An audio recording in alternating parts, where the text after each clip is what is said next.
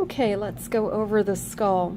When we look at the skull, we can see the main bones that make up the skull. And here we have our frontal bone, our parietal bones. On the side, you can see the temporal bone. And in the back, we have the occipital bone, which is right here. Okay, that's the occipital bone. The frontal bone is held together with the parietal bones by means of the coronal suture. The parietal bones are held together with the sagittal suture, and the lambdoid suture attaches the occiput to the parietal bones, and you can say occiput or occipital bone. And then we have the squamous suture connecting the temporal bone with the parietal bone. Now, I'll go over sinuses last, so we're going to start with parts of the temporal bone in accordance with your lab list. When we look at the temporal bone, we have this large lump in the posterior aspect, which is the mastoid process. We have the opening for the ear, which is the external auditory or external acoustic meatus. Either is correct. We also have the zygomatic process of the temporal bone, which ends right here at this little suture. Remember that the processes are usually named in accordance with the bones to which they lead. And here we have the zygomatic bone.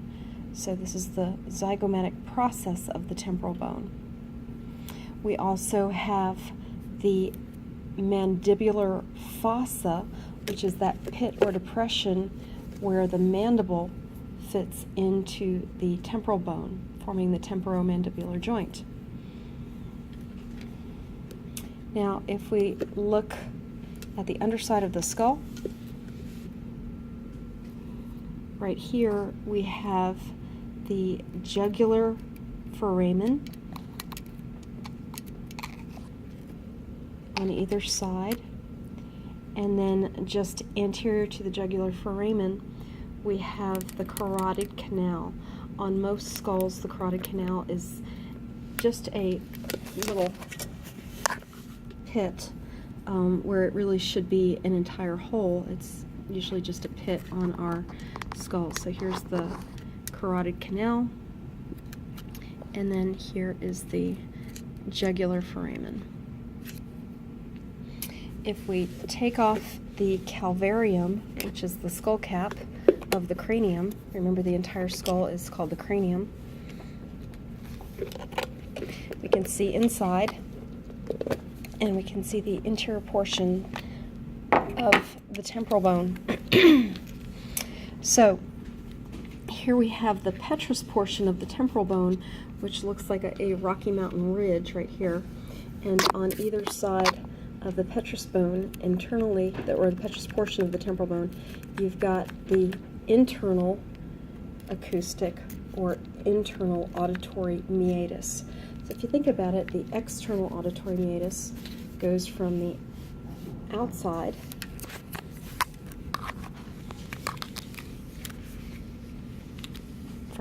of the ear, okay, and it's going to lead toward the internal auditory or internal acoustic meatus right there. So from there, we're going to go to the occipital bone or occiput. This is the majority of that bone. Remember, I took the calvarium off. On the posterior aspect and the inferior aspect of the occiput, you can see this lump right here. That is your external occipital protuberance. If we look at the inferior aspect of the occiput, you can see the big hole, which we call the foramen magnum, and on either side of the foramen magnum we have these curved surfaces that are called the occipital condyles. Those condyles will articulate with atlas, so you have knotting occur between occiput and atlas. Next we have the sphenoid bone. Here you can see the portions of the sphenoid bone as it comes out, up, and out again. And then it comes out here, goes down, and out. Kind of looks like a butterfly. Okay, here's the other portion of that butterfly. And this is the sphenoid bone. Associated with the sphenoid bone is this area that is called the sella turcica, where the pituitary gland resides. And we also have the optic canal, which if I put my stick through, in fact, I'm going to get another stick over here. The optic nerves go through the optic canals, and the optic nerves actually cross right near the sella turcica in real life. So the optic canals come through the eyes in the medial aspect of the eye. Next to the optic canal, you can see the superior orbital fissure, and down below we have the inferior orbital fissure, fissure being a crack on this side. The stick is coming through the optic canal, and here we have the superior orbital fissure above and the inferior orbital fissure below. That takes us to the ethmoid bone. Here we can see the cribriform plate of the ethmoid bone and the crista galli.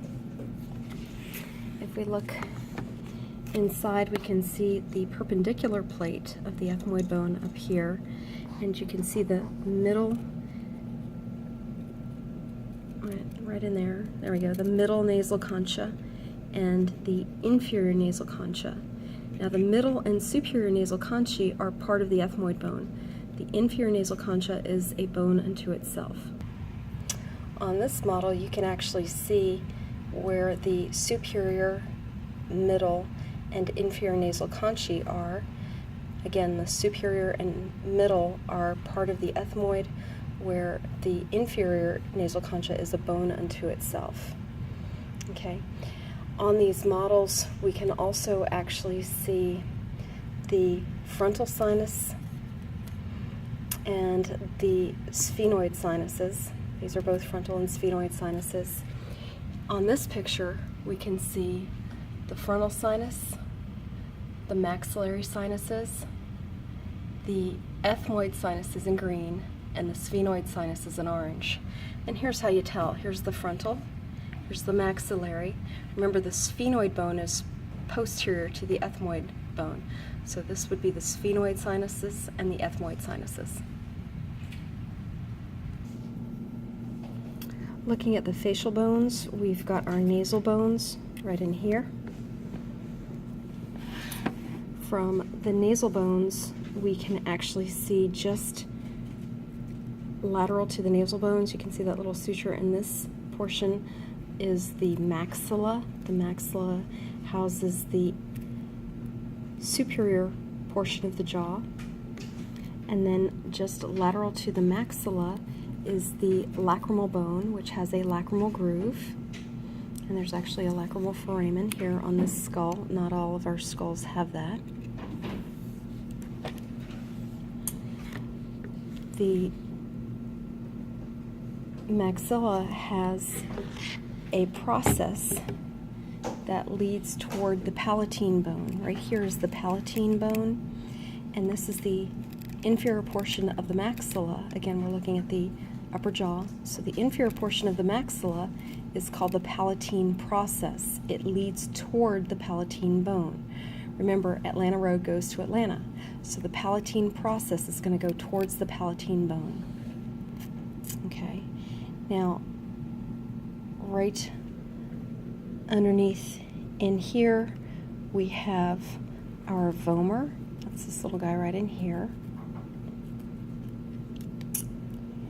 And again, we already saw the inferior nasal conchae.